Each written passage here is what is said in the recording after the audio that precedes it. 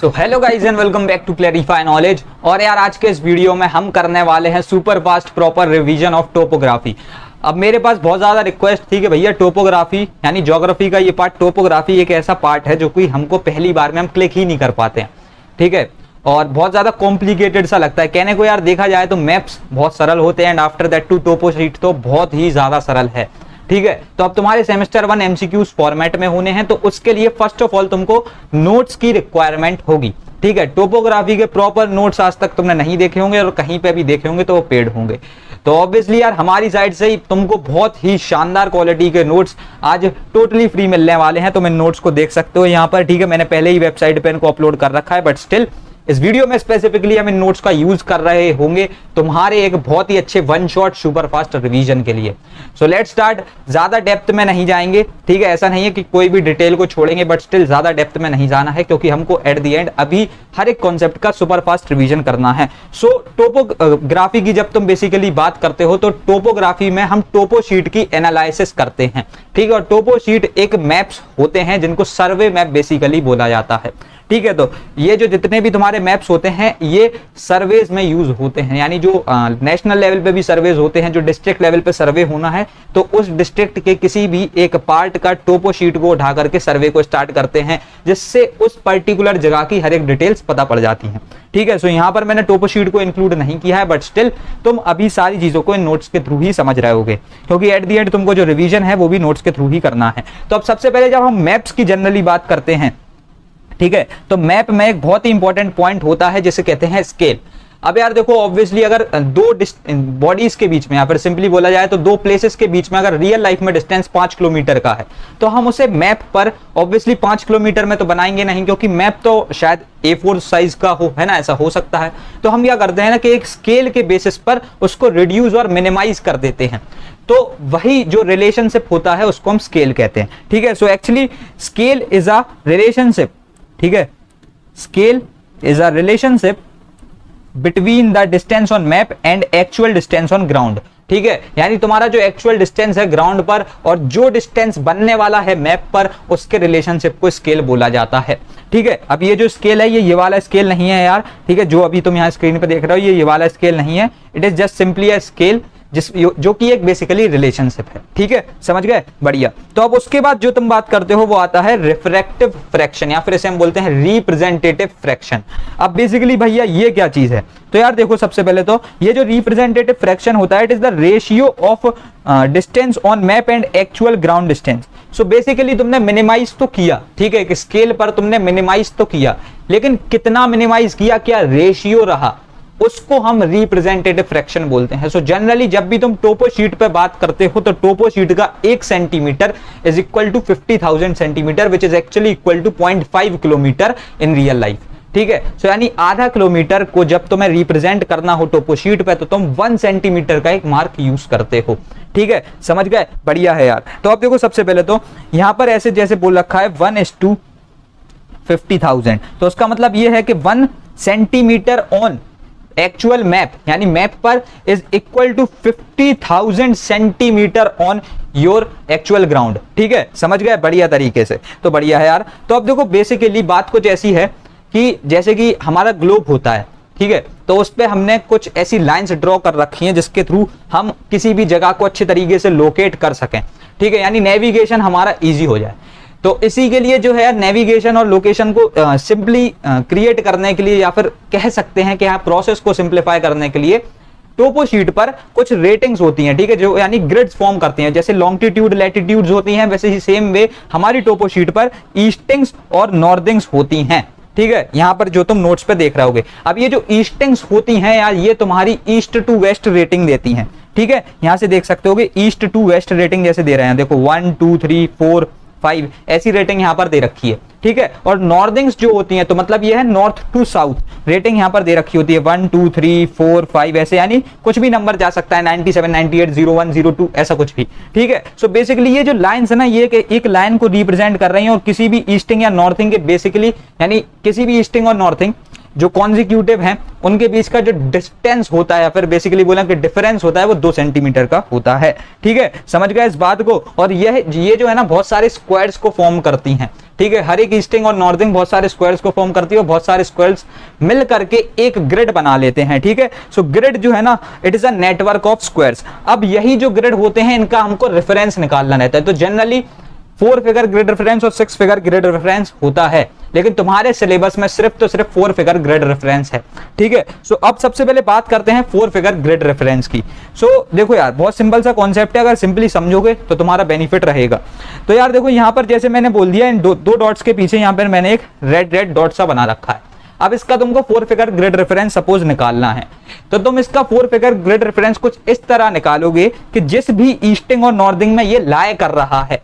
अब तुम ये बोलोगे कि भैया सबसे पहले अगर ईस्टिंग की बात करें तो एक तो ये वाली ईस्टिंग है और एक ये वाली ईस्टिंग है। ठीक है, सो इनमें से बेसिकली कौन सी ईस्टिंग यूज होनी है? जो भी भाई छोटे नंबर वाली ईस्टिंग होगी उसका तुम यूज कर रहे होगे। और सेम वे देखो, नॉर्दिंग्स भी दो हैं। ठीक है, एक तो ये वाली नॉर्दिंग है, एक ये वाली नॉर्दिंग है। तो इन दोनों में से कौन सी यूज करें? तो यार देखो, जो छोटी वाली होगी नॉर्दिंग, उसका भी तुमको सेम वही इस्तेमाल करना है। सो 4 figure grid reference at the end लिखा कैसे जाता है? उसमें यार तुम सबसे पहले तो छोटी वाली ईस्टिंग्स उठा लेते हो। ठीक है, सबसे पहले तुम अपनी छोटी वाली ईस्टिंग्स उठाओगे,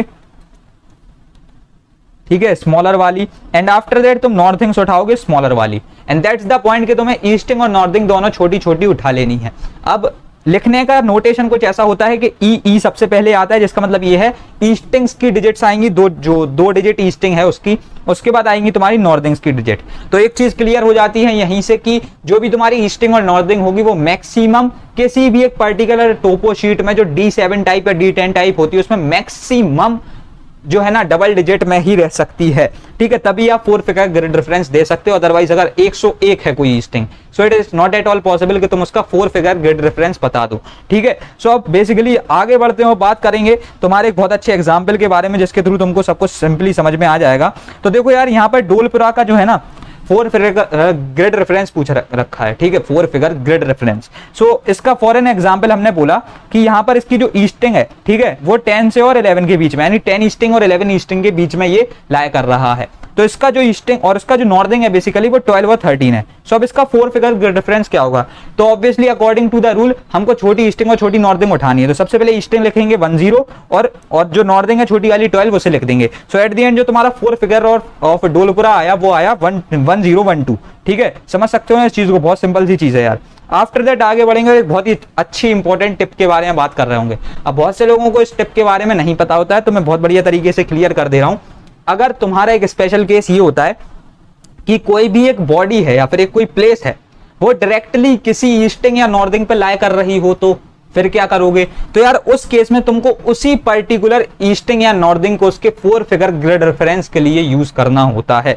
ठीक है, so the point is that if a body और place lies over a easting और a northing, then we have to use that particular easting और northing for its 4 figure grid reference. ठीक है, समझ गए बढ़िया तरीके से? तो आगे बढ़ रहे होंगे, अब बात करेंगे तुम्हारे कुछ ड्रेनेज पैटर्न्स के बारे में। ड्रेनेज पैटर्न्स मतलब भाई जो नालियां होती हैं, नाले होते हैं, ठीक है, तो उनका क्या पैटर्न होता है, कुछ यानी अलग अलग तरीके के पैटर्न्स होते हैं ऑब्वियसली, तो उनके बारे में बात कर लेते हैं। तो जो सबसे पहला पैटर्न है वो है रेडियल पैटर्न। ठीक है, अब ये रेडियल पैटर्न क्या होता है यार? देखो, रेडियल में मतलब एक चीज से रिलेट करो, रेडियल मतलब कहीं ना कहीं रेडियस, और रेडियस हमेशा सेंटर के अंदर जो है जाती है। ठीक है, एक सर्कल की रेडियस है वो हमेशा सेंटर की टाइप जो है जाती है साइड में। ठीक है, so basically the point is that कि रेडियल पैटर्न में कुछ ऐसा होगा कि एक हाईलैंड के ऊपर कुछ ऐसी स्ट्रीम्स जा रही होंगी जो कि ड्रेनेज स्ट्रीम्स है। ठीक है, समझ गया बढ़िया तरीके से? एंड दैट्स द पॉइंट कि यहाँ पर ड्रेनेज पैटर्न में एक होता है रेडियल पैटर्न जिसमें हाईलैंड के ऊपर ऐसे चढ़ रही होती हैं स्ट्रीम्स। ठीक है, एक होता है डेंड्रेटिक। अब यार अगर तुमने बायोलॉजी पढ़ रखी हो पिछली साल, ठीक है, तो उसमें तुम नर्वस सिस्टम चैप्टर में एक यूनिट पढ़ते थे, न्यूरॉन। ठीक है, बेसिकली सो न्यूरॉन का जो ऊपर वाला पार्ट होता था ना, साइटोन वाला, और साइटोन में बेसिकली कुछ ब्रांचेस होती थी, डेंड्रॉन्स, डेंड्राइट्स, डेंड्रेटिक। तो उसका मतलब ये होता था कि सब ब्रांच। ठीक है, तो मैं एक अलग ही थोड़ा सा सिलेबस से बाहर नहीं आनी, लेकिन टॉपिक से बाहर जाकर के समझाना चाह रहा था, बट स्टिल ठीक है, ये जो तुम्हारी ब्रांचेस होती है ना, देखो अब यहाँ से एक मेन स्ट्रीम ऐसी चली गई, ठीक है, उसके बाद से यहाँ से देखो कुछ ऐसी सब ब्रांच जा रखी हैं। ठीक है, यहाँ से कुछ देख लो सब ब्रांचेस ऐसी जा रखी हैं, ऐसी पहले तो एक सब ब्रांच गई, उसकी भी कुछ सब ब्रांचेस हैं, ठीक है, समझ रहे हो ना, पॉइंट से रिलेट कर पा रहे हो। एंड दैट्स द पॉइंट कि इन वाली जो ड्रेनेज पैटर्न है इसको हम डेंड्रेटिक ड्रेनेज पैटर्न बोलते हैं, ठीक है। डेंड्रेटिक का मतलब कहीं ना कहीं ब्रांचेस से होता है, ठीक। अब उसके बाद एक होता है तुम्हारा ट्रेलाइज्ड पैटर्न। अब इसमें क्या है, देखो मेन स्ट्रीम ऐसी गई, उसकी कुछ ब्रांचेस निकल रही हैं जो कि 90 डिग्री पर बन रही हैं, ठीक है, देख सकते हो यहाँ से तुम, यहाँ से जितनी भी तुम्हारी ब्रांचेस हैं वो 90 डिग्री पर बन रही हैं, ठीक है। 90 डिग्री का एंगल जहां पर स्ट्रीम्स के बीच में फॉर्म हो रहा हो उसको हम ट्रेलाइज्ड पैटर्न बोलते हैं of drainage system. After that एक और होती है तुम्हारी डिसअपियरिंग ड्रेनेज पैटर्न। अब ये क्या है यार, देखो एक बड़ा सा नाला आ रहा था, बस धीमे धीमे धीमे करते करते वो खत्म हो गया, ठीक है, डिसअपियर कर गया। सो देख लो यहाँ पर एक ऐसे डार्क एंड स्ट्रीम आ रही थी, बीच में dot dot dot dot dot dot हुए और एट दी एंड उसका एक ऐसा पॉइंट आया जहां पर उसका अंत हो गया, ठीक है। सो इस तरीके की स्ट्रीम को या फिर कह सकते हैं सिंपली ड्रेनेज पैटर्न को हम लोग डिसअपियरिंग ड्रेनेज पैटर्न बोलते हैं, ठीक है, बढ़िया। तो अब आगे बढ़ेंगे और बात कर रहे होंगे तुम्हारे सेटलमेंट पैटर्न्स के बारे में। अब सेटलमेंट क्या है भैया, देखो जहां पर लोग रहते हैं ना तो वहां सेटलमेंट बोला जाता है बेसिकली। सो उसका क्या पैटर्न है, तो सबसे पहले आता है तुम्हारा एक न्यूक्लिएटेड सेटलमेंट, ठीक है। अब ये न्यूक्लिएटेड सेटलमेंट कुछ ऐसा है कि यार देखो एक न्यूक्लियस से बना रखा है, ठीक है। तुम यहाँ पर देख रहे होगे पहले यहाँ बहुत आसपास बहुत सारे घर हैं, ठीक है। ये जितने भी यहाँ पर मैंने स्क्वायर्स छोटे छोटे से बना रखे हैं और मैं अभी जो रेड सर्कल्स बना रहा हूँ ये बेसिकली वो ही सेटलमेंट्स हैं, ठीक है। सो ऐसे जो सेटलमेंट्स होंगे बहुत सारे देखो यहाँ पर तुम्हें दिख रहे होंगे। सो दैट्स द पॉइंट कि यहाँ पर देखो कितने सारे सेटलमेंट्स बन रखे हैं, ठीक है। आफ्टर दैट देख लो यहाँ पर एक और ऐसे सेटलमेंट्स है, तो इन तरीके के सेटलमेंट्स को हम न्यूक्लिएटेड सेटलमेंट बोलते हैं। आफ्टर दैट आगे बढ़ोगे, एक होता है तुम्हारा रेडियल सेटलमेंट, जैसे कि रेडियल पैटर्न ड्रेनेज पैटर्न था, यहाँ पर रेडियल सेटलमेंट है कि कुछ ऐसी स्ट्रीम्स आ रही हैं, ठीक है, या फिर रोड्स भी कह सकते हैं, और साइड बाय साइड इतने सारे मकान यहाँ पर बना रखे हैं, काफी ज्यादा यानी मिले हुए हैं, ठीक है, समझ गए। अब एक होता है तुम्हारा डिस्पर्स्ड सेटलमेंट, यानी स्कैटर्ड होते हैं हाउस यहाँ पर थोड़े। तो सबसे पहले तो देख लो कितनी दूर दूर यहाँ मकान है और एक ऐसी मेन रोड जा रखी है और दूर दूर मकान है। ऐसे तरीके के सेटलमेंट जनरली हमको गांव में देखने को मिलते हैं, यानी विलेजेस में देखने को मिलते हैं, ठीक है। आफ्टर दैट आगे बढ़ते हैं। So let's proceed to linear settlement which is generally found in our cities, जहां पर तुम लोग रहते हो और हम भी रहते हैं। तो ठीक है, यहाँ पर कुछ ऐसी होते हैं ना कि एक मेन रोड जा रखी होती है, उसके बगल से बहुत सारे मकान यहाँ लाइन से बने हुए होते हैं, ठीक है। यहाँ पर कह सकते हैं कि इस पॉइंट को ये एक चौराहा है, ठीक है, चौराहे की 4 रोड है और यहाँ पर बहुत सारे मकान बने हुए हैं, ठीक है। सो यहाँ पर हमने सारे सेटलमेंट्स को देख लिया है अच्छे तरीके से। अब आगे बढ़ेंगे और बात कर रहे होंगे तुम्हारे डायरेक्शंस के बारे में। अब ये डायरेक्शंस क्या है, देखो यार obviously north east south west ये सब तुमको आता है। उसके बाद में तुम्हें ये भी पता है कि नॉर्थ और ईस्ट के बीच में नॉर्थ ईस्ट होता है, ठीक है, नॉर्थ और वेस्ट के बीच में नॉर्थ वेस्ट होता है। ये 45 डिग्री पे एक स्केल रख के तुम जो है लाइन ड्रॉ कर सकते हो। एंड आफ्टर दैट साउथ और वेस्ट के बीच में साउथ वेस्ट होता है और साउथ और ईस्ट के बीच में साउथ ईस्ट होता है। हमें बात यहाँ नहीं करनी है, हमको डायरेक्शन एज अ एप्लीकेशन कैसे यूज करनी है, the point is that only. तो सबसे पहले तो देखो यार, जैसे एक दत्तानी जगह हो गई और एक जगह हो गई फतेहपुर, तो अब दत्तानी से फतेहपुर का डायरेक्शन क्या है, कैसे निकालोगे? तो देखो बहुत सिंपल सी चीज है, तुमको अगर मैं डायरेक्टली एप्लीकेशन का यूज करके दिखाऊं तो एक स्केल मंगाओ, उस पर डायरेक्टली कैसे स्केल बनाना, ठीक है, दत्तानी पे कुछ डॉट्स ऐसे रखना, ठीक है, डॉट्स एक ऐसी स्ट्रेट लाइन खींचो, ठीक है। अब उसके बाद जो तुम्हारा ये स्केल ऐसे गायब कर दो। अब यहां से तुमको जो काम करना है वो ये है कि तुमको डायरेक्टली फतेहपुर को देखना है वो कहां आ रहा है, ऐसे आ रहा है। और तुम्हें पता है कि अगर ये तुम्हारा नॉर्थ है, ये तुम्हारा ईस्ट है, तो ये ऑब्वियसली नॉर्थ ईस्ट है, ठीक है। तो दत्तानी से फतेहपुर का जो डायरेक्शन है वो क्या है, नॉर्थ ईस्ट है। अब फतेहपुर से दत्तानी का क्या होगा, ऑब्वियसली यार देखो साउथ वेस्ट आ रहा होगा, यहाँ पर साउथ आता है, यहाँ पर वेस्ट आता है, तो इट इज साउथ वेस्ट, ठीक है, समझ गए। बस एक चीज जो हमको हमेशा याद रखनी है वो ये है कि तुमको जब पूछा जाए अगर दत्तानी टू फतेहपुर देखना है तो दत्तानी पे स्केल रखोगे, अगर फतेहपुर टू दत्तानी पूछ रखा हो, ठीक है, समझ रहा हो ना, रिलेट कर सकते हो, तो फतेहपुर पर जो है तुम स्केल रख रहे होगे, ठीक है। सो अब बेसिकली कुछ इंपॉर्टेंट पॉइंट्स के बारे में बात कर लेते हैं, काफी इंपॉर्टेंट होते हैं अगर बात कर रहे हैं तुम्हारे एग्जाम के पर्सपेक्टिव से। तो एक चीज होती है कॉन्टूर, ये तो तुमको बुक्स में जनरली काफी अच्छे तरीके से पढ़ाया जाता है, मैंने भी लाइव स्ट्रीम में काफी बढ़िया तरीके से कवर कर लिया था। लेकिन यहाँ पर अगर बात करते हैं काउंटर होते क्या है एक्चुअली, सो काउंटर यार जस्ट कुछ इमेजिनरी लाइंस होती हैं of constant height above the mean sea level, ठीक है, यानी मीन सी लेवल से कांस्टेंट हाइट्स को जैसे रिप्रेजेंट वो करती हैं, ठीक है। सो अब बेसिकली काउंटर अगर तुम समझ सके हो तो इसके 2 सब पॉइंट्स हैं जो कि बहुत ही ज्यादा इंपॉर्टेंट हैं, इनकी जो डेफिनेशन है बहुत ज्यादा फ्रिक्वेंटली पूछ ली जाती है, ठीक है। सो फर्स्ट ऑफ ऑल एक है तुम्हारा काउंटोर इंटरवल। ये क्या होता है भैया? It is the difference between any two successive contours. मतलब अब मान लो यार एक काउंटर, एक माउंटेन है वो इतना है, ठीक है, एक और काउंटर इतना है, तो इनके बीच का जो वर्टिकल डिस्टेंस है, ठीक है, या फिर वर्टिकल डिफरेंस है बेसिकली, उसको हम काउंटर इंटरवल बोलते हैं, ठीक है। वर्टिकल यहां पर मैंने लिख रखा है, सो नोट्स में तो मैं ये चीज मिल जाएगी। आफ्टर दैट हॉरिजॉन्टल इक्विवेलेंट क्या होता है भैया? अब हॉरिजॉन्टल इक्विवेलेंट ये होता है कि एक काउंटर यहां है, एक काउंटर यहां है, अब इनके बीच का ये जो डिस्टेंस है ना, इसको हम बोलते हैं horizontal equivalent. So it is the distance between two successive counters, ठीक है। एंड आफ्टर दैट बात कर रहे होंगे अब तुम्हारे स्पॉट हाइट के बारे में। So spot height is just the exact height of a particular place above the mean sea level, ठीक है, exact height of a place above the mean sea level. So it is the height above the mean sea level. अब basically इसमें example की बात करें तो यहां पर दे रखा है 0.560 shows spot height, ठीक है, it shows the spot height. After that if you will just proceed to benchmark, यहाँ पर benchmark क्या होता है भैया? So marks shown on prominent places such as rocks or building. So ऐसी अगर जगहों पर कोई भी मार्क बना रखा है तो उसको बेंचमार्क बोला जाता है। इसमें यार सिर्फ डेफिनेशन है और अगर तुम डेफिनेशन को याद कर लेते हो it will be very profitable for you, ठीक है। सो आगे बढ़ेंगे और बात कर रहे होंगे अब तुम्हारे ऑक्यूपेशन के बारे में। अब भैया ये ऑक्यूपेशन क्या है? तो देखो यार, कोई भी अगर टोपो शीट है, ठीक है, अगर जनरली रियल लाइफ से रिलेट करें तो कोई भी एक जगह है, उधर के लोगों की क्या प्रोफेशन है और उनकी क्या बेसिकली सोर्स ऑफ ऑक्यू यानी कहां से पैसा मिलता है, ऑक्यूपेशन क्या है वहां की, तो वो तुम कैसे बता सकते हो? जो वो जगह होगी उसकी लोकेलिटी के हिसाब से तुम बता सकते हो, ठीक है। तो यहाँ पर सेम चीज हो रखी है। अगर तुमको डार्क ग्रीन पैचेस दिखते हैं तो ऑब्वियसली फॉरेस्ट टाइप एरिया है, पहाड़ होंगे, लकड़ी काट करके लंबरिंग हो सकती है। तो यहाँ पर एक जो ऑक्यूपेशन पाई जा सकती है डार्क ग्रीन पैचेस में वो है लंबरिंग, ठीक है। आफ्टर दैट येलो पैचेस हैं, कुछ कुएं हैं, येलो पैचेस मतलब कल्टीवेबल लैंड, ठीक है। अगर कल्टीवेबल लैंड है तो ऑब्वियसली वहां पर खेती बाड़ी हो रही होगी यानी एग्रीकल्चर हो रहा होगा, ठीक है। So basically the point is that कि वहां पर एग्रीकल्चर हो सकता है एज अ मेजर ऑक्यूपेशन, ठीक है। आफ्टर दैट यहाँ पर ओपन स्क्रब है भैया। तो अब देखो यार किसी के पास अगर उनकी यानी जो शीप्स हैं, ठीक है, और भी कुछ ऐसी चीजें हैं, भेड़ बकरियां हैं, ठीक है, तो वो वहां पर चरा सकते हैं, कुछ भी हो सकता है। सो यहाँ पर sheep rearing can be also be the occupation of the peoples, ठीक है। आफ्टर दैट ट्रेड हो सकता है कब?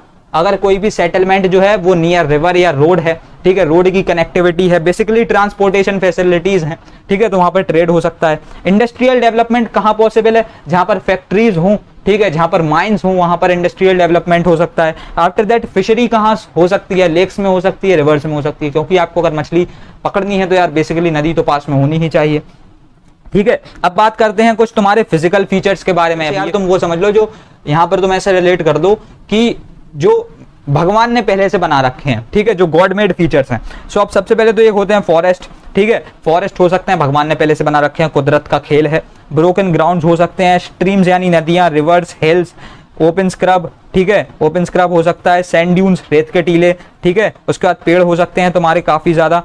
तो यार अब बात करते हैं कुछ मैन मेड फीचर्स के बारे में। अब भैया ये क्या चीज है? यार देखो मैन मेड फीचर्स वो होते हैं जो खुद इंसानों ने बना रखे हैं अपने प्रॉफिट के लिए। तो एक सबसे पहली चीज है सेटलमेंट भैया, शेल्टर्स हैं ऑब्वियसली, ठीक है, रोड्स हो सकती हैं, ठीक है, जो कंस्ट्रक्ट की गई हैं। आफ्टर दैट लाइंड वेल्स, जो यानी एक तो देखो वेल्स वो एक कुएं तो वो होते हैं जो पहले से प्राचीन काल से दिख रहे होते हैं, ठीक है, लेकिन एक कुएं वो होते हैं जो यानी बेसिकली एग्रीकल्चर में यूज हो रहा हो, प्रॉपर फैसिलिटीज के साथ हो, ठीक है। आफ्टर दैट टेम्पल्स हो सकते हैं, मंदिर बनाए गए हों, ठीक है, रेलवे स्टेशन हो सकता है, रेल लाइन हो सकती है, पुलिस चौकी हो सकती है, पोस्ट ऑफिस हो सकता है। ये सारी चीजें ऐसी हैं जो कि बनाई गई हैं, ठीक है, ऐसा नहीं है कि कुदरत का करिश्मा, समझ रहे हो? बढ़िया। अब इसके बाद तो यार अब बात कर लेते हैं तुम्हारी मेटल्ड रोड के बारे में। सो बेसिकली देखो मैं ये कह रहा था कि रोड जितनी भी होंगी वो डबल लाइन के साथ ही रिप्रेजेंट करी जा रही होंगी। तो सबसे पहले एक होता है तुम्हारी मेटल्ड रोड, ठीक है। अब ये मेटल्ड रोड यहाँ पर जो दे रखी है इसमें देखो तुम डबल स्ट्रोक्स दे रखे हैं, ठीक है, ऐसे। तो दैट्स द पॉइंट कि मेटल्ड रोड जब भी होगी यहाँ पर डबल स्ट्रोक्स होंगे। And after that if there is a unmetalled road, यानी जैसे तुम कच्ची सड़क बोलते हो, तो उसके लिए ऐसे ऐसे जो ना स्ट्रोक्स दिए गए होंगे, बेसिकली ऐसी लंबे लंबे से थोड़ी सी लाइन है जैसे हम बीच में कट कर देते हैं, ठीक है। You can relate with this, it is quite simple, ठीक है। सो आफ्टर दैट बात आती है तुम्हारे अब कार्ट ट्रैक के बारे में, ठीक है। तो ये जो है ना एक सिंगल लाइन के साथ रिप्रेजेंट किया जाता है। उसका बाद जो पैक ट्रैक होगा उसमें भी सेम देखो, जैसे यहाँ पर ऐसे डॉट्स बड़े बड़े बनाए गए थे यहाँ पर भी बनाए जाएंगे। एंड आफ्टर दैट जो फुटपाथ होता है, ठीक है, उसके लिए तुम बेसिकली ऐसे सिंपल सिंपल छोटे छोटे से डॉट्स का इस्तेमाल करते हो, ठीक है। अब समझ गए क्या पॉइंट था? एंड आफ्टर दैट अब बात कर रहे होंगे तुम्हारे मेजर कन्वेंशनल सिंबल्स के बारे में। अब ये जो कन्वेंशनल सिंबल्स हैं इनको यानी जनरली लेटर्स के साथ डिनोट किया जाता है। तो सबसे पहले अगर PS लिखा मिले तो obviously police station, you can relate with this. PTO हो तो post and telegraph office, DB मिले तो डाक बंगलो, IB मिले तो इंस्पेक्शन बंगलो, RH मिले तो rest house, after that CH मिले तो सर्किट हाउस, PO मिले तो पोस्ट ऑफिस, PWD मिले तो पब्लिक वर्क्स डिपार्टमेंट, RF मिले तो रिजर्व्ड फॉरेस्ट एंड PF मिले तो प्रोटेक्टेड फॉरेस्ट। ठीक है, समझ गए, बढ़िया। अब बात करेंगे तुम्हारे एक बहुत ही इंपॉर्टेंट एप्लीकेशन डिस्टेंस के बारे में, यानी टोपोग्राफी में तुमको सबसे पहले तो स्केल से बहुत ही यानी यार ये देखा जाए ना तो यानी तुमको बहुत ही स्पेसिफिक वैल्यूज निकालनी होती हैं। ठीक है, बहुत अच्छे से काम को करना पड़ता है, यानी समझ रहे हो, बहुत अच्छे तरीके से नाप तोल। मैं अब डायरेक्टली वर्ड अभी आ नहीं रहा, नहीं तो मैं बता देता कि मैं क्या बोलना चाह रहा हूँ कि बहुत महीन काम बेसिकली करना होता है। ठीक है, सो अब जैसे यहाँ पर बोल रखा है कि डायरेक्ट डिस्टेंस जो तुम स्केल के थ्रू निकालते हो ये बहुत सरल होता है जनरली। तो अब तुमने डंगराली और मालगांव के बीच का जो है ना, मालगांव के बीच का तुमने डिस्टेंस निकाला तो वो मैप पे आया 10 सेंटीमीटर। अब तुमको यहाँ पर रिप्रेजेंटेटिव फ्रैक्शन का यूज करना है एज अ एप्लीकेशन। अब 10 सेंटीमीटर तो मैप पे आया, रियल लाइफ में कितना होगा? ऑब्वियसली यार देखो 1 सेंटीमीटर जब हमारा आधे किलोमीटर बराबर होता था तो हमने 10 सेंटीमीटर को निकाल दिया कि वो 5 किलोमीटर बराबर होगा। It's a common sense and a simple math. ठीक है, तो 5 किलोमीटर ऑन एक्चुअल ग्राउंड, समझ गए, रिलेट कर सकते हो। आफ्टर दैट एक आता है तुम्हारा इनडायरेक्ट डिस्टेंस। ठीक है, सो बेसिकली ये क्या चीज है? By putting thread. अब देखो यार इनडायरेक्ट डिस्टेंस है क्या? एक पॉइंट A है, एक पॉइंट B है। अब एक तो होता था तुम्हारा डायरेक्ट डिस्टेंस, ठीक है, जो कि तुम कुछ ऐसे निकाल रहे थे कि हाँ एक सिंगल सीधी लाइन है, बट स्टिल अभी यहाँ पर बात थोड़ी सी टेढ़ी मेढ़ी है, शायद वो डिस्टेंस हो वो ऐसा कुछ हो। ठीक है, तो यहाँ पर अब तुम थ्रेड का इस्तेमाल करते हो। ठीक है, तो अब यहाँ पर मैं थ्रेड का इस्तेमाल तो ऑब्वियसली करके नहीं दिखा सकता हूँ, बस तुमको थ्रेड को इसके बहुत महीन तरीके से नापना है। आफ्टर दैट तुम्हारी जो भी वैल्यू आए, ठीक है, उस पर फिर से रिप्रेजेंटेटिव फ्रैक्शन का इस्तेमाल करके एक्चुअल ग्राउंड पर जो भी वैल्यू आ रही हो उसको निकाल के रख देना है। ठीक है, समझ गए, बढ़िया। अब एक और बहुत इंपॉर्टेंट कॉन्सेप्ट होता है यानी एप्लीकेशन है एरिया फाइंडिंग। एरिया फाइंडिंग यार बहुत सरल है, ठीक है, बस इंपॉर्टेंट है लेकिन बहुत सरल है। जो भी ब्लॉक है यानी अब कोई भी अगर एक सेटलमेंट है, ठीक है, मैं बहुत अच्छे तरीके से समझाने की कोशिश करता हूं। एक सेटलमेंट है जो 4 ग्रिड्स के बीच में आ रहा है, ठीक है। अब एक ग्रिड जो है ना उसका एरिया तुमको पता है क्या होता है भाई, 2 सेंटीमीटर की है, 1 किलोमीटर इंटू 1 किलोमीटर, यानी 1 किलोमीटर स्क्वायर बेसिकली एक ग्रिड कवर कर रही है। तो 4 ग्रिड ऑब्वियसली कितना एरिया कवर करेंगी? 4 into 1 kilometre square, which is actually equal to 4 kilometre square. ठीक है, समझ गए, दैट्स द पॉइंट। तो n इंटू 1 किलोमीटर स्क्वायर तुम बेसिकली कर रहे होते हो, और n क्या है? जितने भी नंबर ऑफ ग्रिड्स किसी भी एक प्लेस ने ऑक्यूपाई कर रखे हैं। ठीक है, अब बाउंड्रीज की बात करते हैं। बाउंड्रीज जनरली ब्लैक कलर से डिनोट की गई होंगी। ठीक, सबसे पहले होती है इंटरनेशनल बाउंड्री। तुमको अगर कोई भी इंटरनेशनल बाउंड्री देखने को मिल रही है, यानी अगर तुम गल्फ ऑफ कच्छ, ठीक है, वहां पे अगर जाते हो, वहां की टोपोशीट उठाते हो, तो वहां पर तुमको पाकिस्तान के साथ इंटरनेशनल बाउंड्री देखने को मिलेगी। समझ गए ना? सो यहाँ पे अगर हम स्टार्ट करें तो देख सकते हैं एक चीज को कि ऐसी कुछ होगी, एक पहले लाइन आएगी छोटी सी, उसका डॉट, फिर एक और छोटी सी लाइन, एक और डॉट। ठीक है, अब स्टेट बाउंड्री कैसी होगी, यानी कुछ स्टेट्स को यानी जो है कवर कर रही हो, नेशनल बाउंड्रीज बोल सकते हो बेसिकली इनको तुम। तो इनको जो है ना तुम बहुत अच्छे तरीके से डिनोट करते हो by using the very small line and a small dot. ठीक है, समझ गए, बहुत स्मॉल लाइन और स्मॉल डॉट। डिस्ट्रिक्ट बाउंड्रीज को कैसे करेंगे? ब्लैक कलर से ही सिर्फ लाइन लाइन लाइन लाइन बना दी। आफ्टर दैट तहसील को कैसे कर रहे होगे? सिर्फ ऐसे डॉट डॉट्स बना रहे होगे। एंड आफ्टर दैट अगर कोई भी फॉरेस्ट है उसके साथ बाउंड्री डबल डॉट स्पेस ऐसे कर रहे होंगे। ठीक है, ये सारी चीजें जो है यार हमको याद होनी चाहिए। अब टोपोग्राफी 20 मार्क्स की है तो इतना तो तुम याद कर ही सकते हो, है ना भाई, बढ़िया। तो अब देखो, अब इसके बाद कुछ इंपॉर्टेंट पॉइंट्स हैं। ठीक है, अब इंपॉर्टेंट पॉइंट्स समझ लो, इतने इंपॉर्टेंट है कि अगर तुम इनको भूल जाते हो तो तुम्हारे मार्क्स कहीं ना कहीं बहुत कम हो जाते हैं। ठीक है, सो एक सबसे पहली चीज होती है ब्रिक किल्न। ये क्या होता है भैया? Brick kiln is a large outdoor oven for drying and baking bricks. ठीक है, तो ब्रिक किल्न वो होती है जहां पर तुम, एक भट्टी है बेसिकली, किल्न का मतलब होता है भट्टी, और यहाँ पर तुम अगर ये ब्रिक किल्न है तो यहाँ पर तुम बेसिकली भट्टी किस चीज की है? ये ब्रिक्स की। ठीक है, ईट बोलते हैं जिसको हम। उसके बाद कॉजवे क्या होता है? Raised metal road across a minor stream. एक छोटी सी स्ट्रीम थी, उसके ऊपर हमने एक रोड बना दी जो कि यानी उसके ऊपर रेज्ड है। ठीक है, समझ गए, यानी रिलेट कर सकते हो यार। ब्रैकिश वाटर क्या होता है? Brackish water is the water which is unsuitable for drinking and drinking purposes basically. ठीक है, यानी जिसमें सॉल्टी वाटर है एंड इज क्वाइट अनफिट। ठीक है, आफ्टर दैट फायर लाइन क्या होती है? 5 metre wide path to prevent forest fire from spreading. ठीक है, यानी अब जंगल में आग लग गई तो हमने 5 मीटर की ऐसी एक पाथ सा बना दिया, एक ऐसे पेव कर दिया जहां से हमने सारे घास फूस को हटा दिया है, ग्रासेस हटा दिए, यानी एट द एंड वो फायर को रोक रही है बढ़ने से। ठीक है, अब एक चीज होती है शीट रॉक। ये शीट रॉक क्या होता है? Well polished hard rock which are exposed to the surface and after that black vertical line क्या हो रही होंगी तुम्हारी? Longitudes obviously, and black horizontal line are your latitudes. ठीक है, after that if you just come to the symbol and signs, ये symbol और signs तो यार तुमको याद ही करने होते हैं, तो इनमें कुछ भी तुम्हारा जो है ना यानी एक्सप्लेनेशन वाला पार्ट नहीं है, इनको तुम याद रख लेना। And after that meaning of colour tints, ये मैं एक बार जरूर बता दे रहा हूँ। तो यार ब्लू कलर जब भी हो कहीं पर भी टोपो शीट में यूज, तो उसका मतलब हो रहा होगा कोई भी physical feature associated with water. ठीक है, जैसे कि रिवर, लेक, कोई भी स्ट्रीम। ठीक है, समझ रहे हो? ब्लैक वाटर यानी ब्लैक रंग को तुम जनरली यूज कर रहे होते फॉर ड्राई वाटर बॉडीज। ठीक है, यानी जिन कुछ ऐसे भी हो सकते हैं जिनका नहीं ब्रैकिश वाटर है तो उनके लिए भी यूज कर सकते हैं। बाउंड्रीज के लिए यूज करेंगे, देखा था तुमने इंटरनेशनल, स्टेट, डिस्ट्रिक्ट और यानी तहसील की बाउंड्री में। रेलवे की बाउंड्री में अगर यानी रेलवे लाइन में यूज कर सकते हो basically. Telephone and telegraph line में यूज कर सकते हो। सर्वेड ट्रीज में भी यूज होते हैं। And after that height and names में। ठीक है, कहीं पर भी नाम लिखा होगा, कोई भी हाइट, स्पॉट हाइट, ठीक है, ये सब होगा, तो it is generally black colour will be used. And after that if you just proceed to green colour, यहाँ पर तुमको फॉरेस्ट एरिया बेसिकली, ठीक है, ग्रीन पैचेस, ट्रीज दिख सकते हैं, स्क्रब्स एंड ऑर्चर्ड्स। ठीक है, आफ्टर दैट ये जो तुम्हारा येलो कलर है, it is used to show cultivable land, जहां पर एग्रीकल्चर प्रोसीड किया जा सकता है। व्हाइट यहाँ पर कलर जो मैंने बोल रखा है, देखो लिख रखा है, it is used to show uncultivable land which is like quite unfertile, वहां पर तुम लोग एग्रीकल्चर नहीं कर सकते हो। ठीक है, आफ्टर दैट यहाँ पर यानी तुम लोग क्या, कोई नहीं कर सकता है। ब्राउन कलर की अगर तुम बात करते हो तो यहाँ पर contours and their numbers, form lines and sand dunes को शो करने के लिए यूज किया जाता है। After that red colour is just used to show settlements, roads, eastings and northings. ठीक है, ग्रिड्स भी जो बन रही होंगी तो वो रेड कलर की ही दिखेंगी तुमको।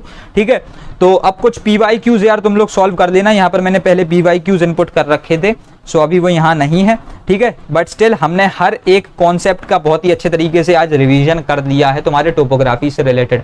Now you can score actually 20 out of 20। अब यानी जितने का भी पेपर तुम्हारा होता हो उतने तुम स्कोर कर सकते हो। ठीक है, हमारे टाइम पे 20 मार्क्स का होता था, तो मैंने पूरा 20 मार्क्स के हिसाब से तुमको तैयार कर दिया है। इन नोट्स का यूज करो for multiple revisions and after that you will see that कि तुम्हारे मार्क्स कहीं ना कहीं बहुत अच्छे तरीके से एनहेंस कर रहे होंगे।